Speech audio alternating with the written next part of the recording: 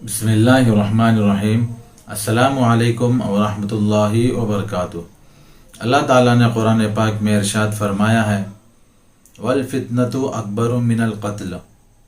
फितने के माने दीन में बिगाड़ या इम्तिहान व आजमाइश है। हर शख्स किसी न किसी फितने में घेरा हुआ है।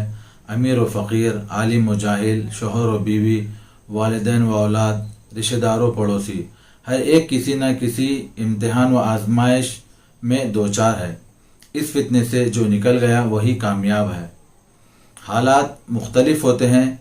किसी वक्त उसके लिए जलवत व मेल मिलाप की ज़रूरत होती है तो कभी खलवत और उज़लत और तन्हाई मुनासिब होती है।